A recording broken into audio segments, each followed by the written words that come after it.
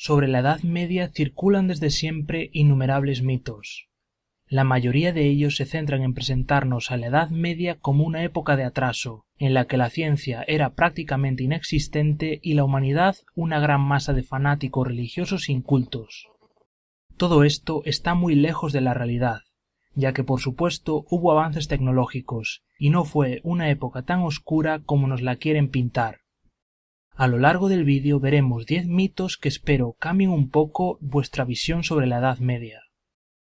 La gente creía que la Tierra era plana. Prácticamente todos los eruditos medievales creían que la Tierra era redonda.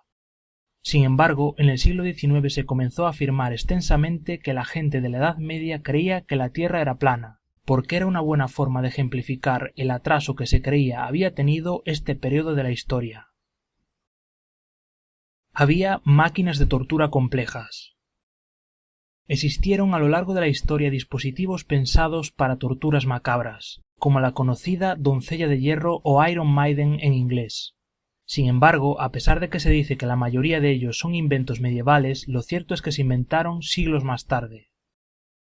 Se utilizaron cinturones de castidad para evitar que las mujeres tuviesen relaciones sexuales. La historia cuenta que cuando los señores se marchaban a las cruzadas se aseguraban antes de que sus mujeres no les fueran infieles, poniéndoles estos cinturones de castidad. La verdad es que nunca se usaron cinturones de castidad en la Edad Media. Al contrario, cobraron popularidad en el siglo XIX, debido a la fascinación que existía con los instrumentos de tortura supuestamente medievales.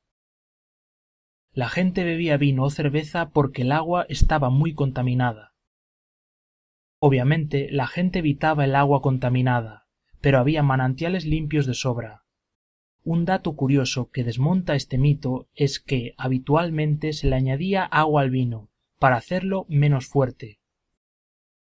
La gente no llegaba a vivir más allá de los 30 años. Durante mucho tiempo se ha afirmado que la esperanza de vida de esta gente rondaba los 30 años. Esto no significa que una persona de 30 años fuese considerada vieja o a punto de morir. Si la persona era capaz de alcanzar la edad adulta, podía llegar perfectamente a cumplir los 60 o 70 años, y no sería considerada como vieja hasta los 50. La esperanza de vida era baja porque había una gran posibilidad de que los niños o los adolescentes murieran a causa de enfermedades contagiosas. La gente no usaba cubertería. La gente no tenía por qué comer todo con las manos. Los cuchillos y las cucharas fueron elementos comunes en una mesa medieval. Por otro lado, el tenedor fue introducido en el siglo VI en el Imperio bizantino, llegando a Italia en el siglo XI. En la Edad Media apenas se viajaba. La idea de que una persona habría nacido, vivido y fallecido en la misma aldea sin abandonarla nunca es bastante improbable.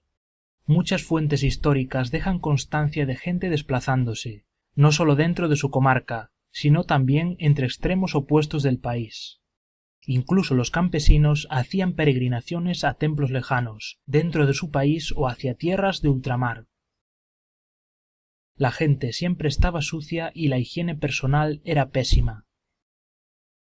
Al contrario de lo que vemos en la mayoría de películas, el baño era algo habitual. Y además hay que tener en cuenta que útiles de higiene personal como el peine estaban muy extendidos.